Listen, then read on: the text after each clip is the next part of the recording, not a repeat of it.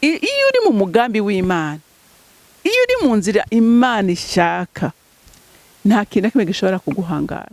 Hinge nkubwire muntu w'Imana, Satani yokora ibyo ashoboye byose, ariko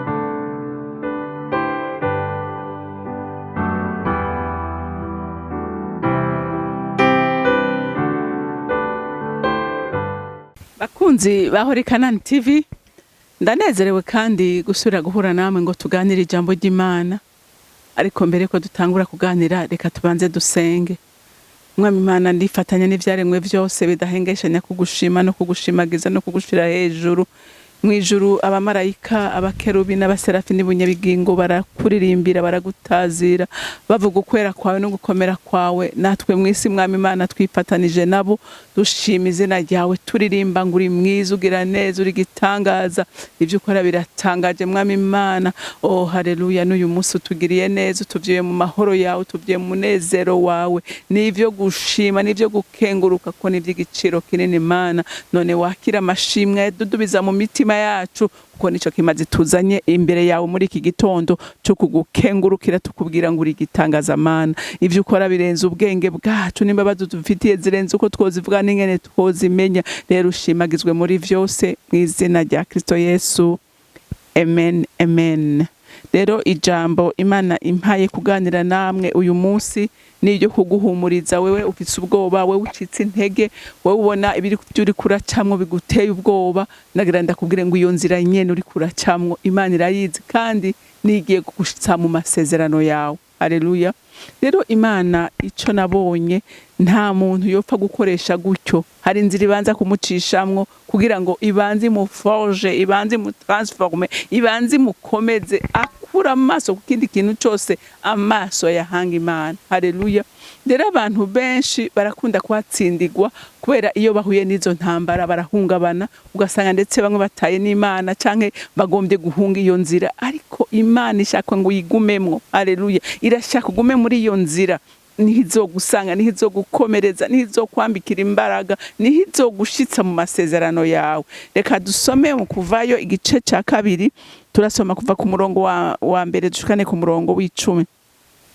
Umuntu wo mu muryango wa Lewi aragenda arongora umukobwa wo mu Balewi nyene. Uwo mugore asaminda avyara umuhungu, maze abonye uwo mwana ko ari mwiza, amara amezi 3 amunyegeje, atagishoboye kumuhisha, yabira agatebo kajishwe mu nkorogoto, agahoma kaburimbo n'uburembo, ashiramwo uwo mwana, agashira mu rufunzo ku nkombe y'uruzi.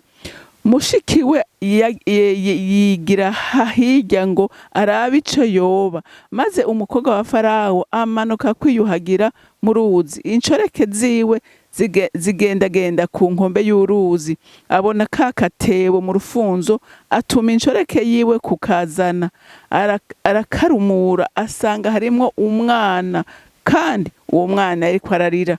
Amutera akagongwe, acavuga ati ni umwana wo mu Baheburayo. Maze mushikiwe abaza uwo mukobwa wa Farawo ati, mbega sinoja kukuronderera umurezi w'umugore wo mu Baheburayo ngo amukonkereze?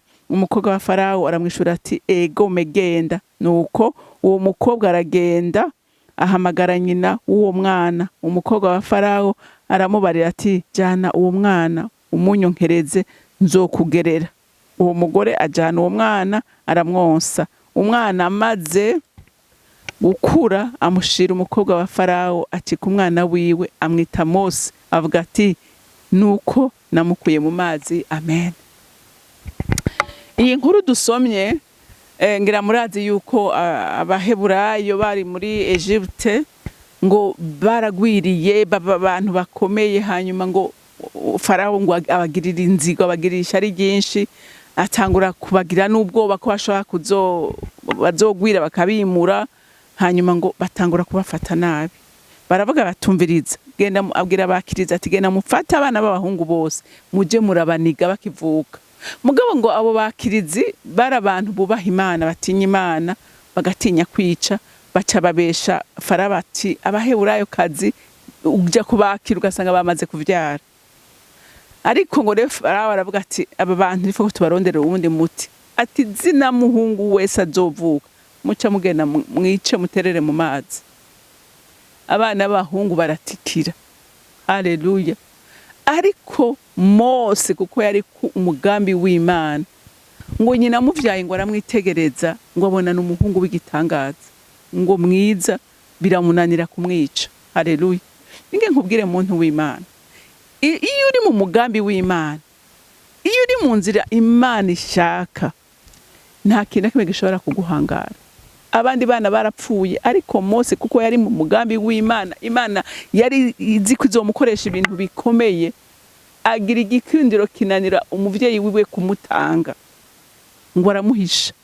Amuhisha iki? Ngo amezi 3. Ariko ngo amaze kugira amezi 3 biramunanira kumunyegeza kuko urumva yaraboneka ko ari umuhungu.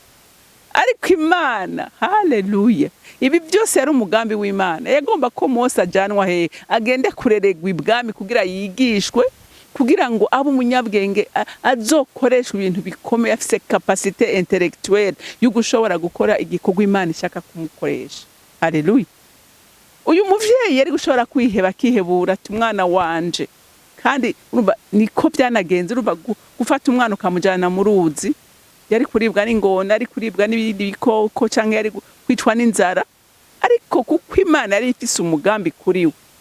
Umukobwa wa Farawo ngo aja koga, agenda koga ngo abona ka gatebo aho bari bagashize, atuma inshoreke yiwe tigenda uzanire kajya gatebo, ngo buguruye basanga harimo umwana mwiza ariko ararira. Uwo mukobwa wa Farawo arabimenya neza 100% ko ari umwana w'umuheburayo, kandi se ko yatanze itegeko ko zina muhungu wese yicwa. Hinge nkubwire muntu w'Imana, Satani yokora ibyo ashoboye byose, ariko ic'Imana yavuze kuri wewe nta kintu na kimwe gishobora kubuza ic'Imana yavuze kuri wewe ko gishika. Naho Satani yohaguruka n'abadayimoni biwe bose, ntashobora guhinyuza umugambi w'Imana, ntashobora kuburizwamwo umugambi w'Imana ku buzima bwawe. Haleluya. Ureke gucika intege, ureke kwiheba ngo urushwe n'inzira iri kuracamwe igoye, ariko nagira ndakubwire ko iyo nzira iri kujana muri destiny yawe, iri kukujana mu masezerano yawe. Mose mushikiwe ngo yagiye hirya kugira arabe biza kuba kuri musaza we, ngo acarabegera ati wonyemerera nkajya kuguhamagarira umumama w'umuheburayo kazi amukonkereza. Urumva Mose niyonkejwe n'umunyamahanga, yonse ibere rya nyina. Haleluya. Akurira ku birenge vya nyina, akura nyina amubarira uwo ari we. Haleluya. Haleluya. Amubwira ati naho uyu munsi ndiko ndakonkereza uwundi muntu, ndi mama wawe, nije nakuvyaye, uri umuheburayo. Urumva umwana amaze gucuka ngo amushira nde? Amushira umukobwa wa Farawo. Haleluya. Kubera iki Imana ibi byose yabikoze? Yabikoze kugira ngo Mose yigishwe, abeho neza, kugira ngo Imana izimushinga igikorwa gikomeye cyo gukura ubwoko bwa Isirayeli mu buja kwa Farawo. Haleluya. Rero igituma nsomye iri jambo n'ukubera iki?